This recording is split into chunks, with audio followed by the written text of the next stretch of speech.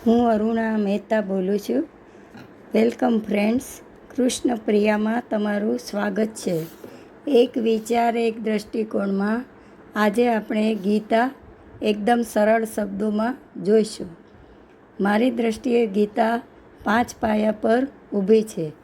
Basically એના 5 પાયા છે: કર્મયોગ, જ્ઞાનયોગ, ભક્તિયોગ, સમભાવ અને સમત્વભાવ.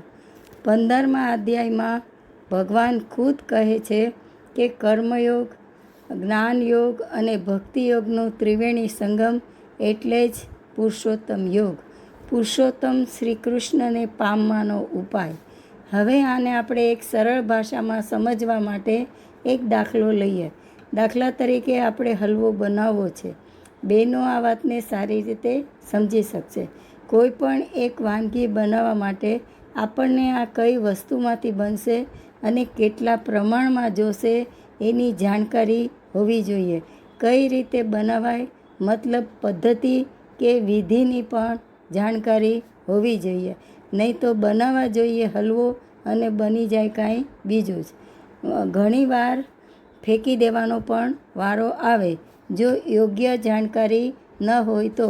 આ જાણકારી એ જ્ઞાન છે અને કોઈ પણ વાનગી બનાવવા માટે કાર્ય તો કરવું જ પડે. કોઈ ખયાલી પુલાવથી તો વાનગી બને નહીં. આ કાર્ય કરવું પડે એ કર્મ છે. હવે રહી વાત ભક્તિની. ભક્તિ એટલે ભાવ, પ્રેમ.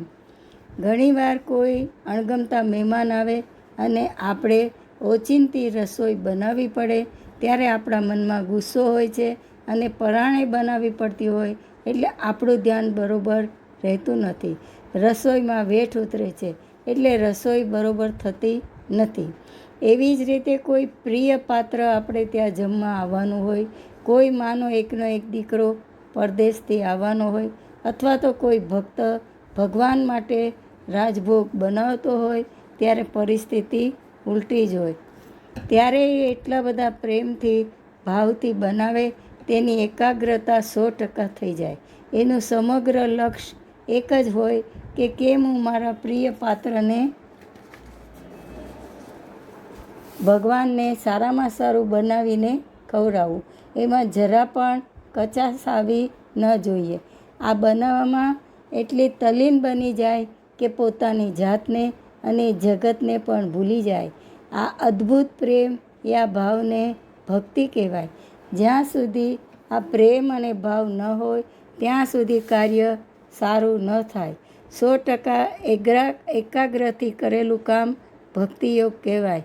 ભગવાન પણ 12મા અધ્યાયમાં કહે છે કે મયા અર્પિત મનોર્બુદ્ધિ યો મદ ભક્ત સમે પ્રિય. આપણે માળા ફેરવતા હોઈએ અથવા ભગવાનનું કોઈ પણ કામ કરતા હોઈએ, પરંતુ આપણું મન જો બીજે ભટકતું હોય તો એ ભક્તિ બરોબર નથી અને એને ભગવાનને પણ એ ભક્ત પસંદ નથી. ટૂંકમાં પરમેશ્વરને પામવા માટે જ્ઞાન, કર્મ અને ભક્તિ ત્રણેયની જરૂર પડે. હવે આપણે સમભાવ માટે જોઈશું.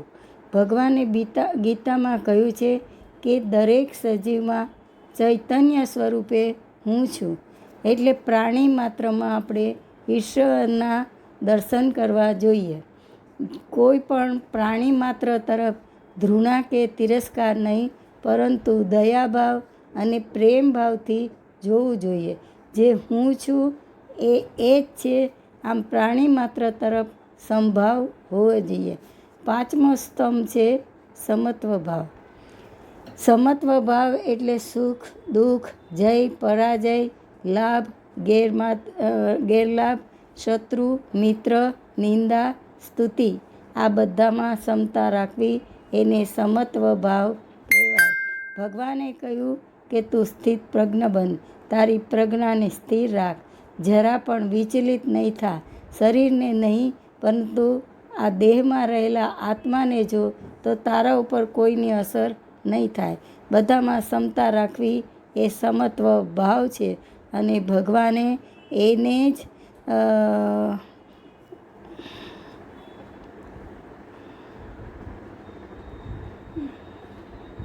સમત્વ યોગ કહ્યો છે. જો આ 5 વસ્તુને આપણે જીવનમાં બરોબર ઉતારીએ તો જ પુરુષોત્તમને પામી શકીએ. આ જ ગીતાનો સાર છે. જય શ્રી કૃષ્ણ.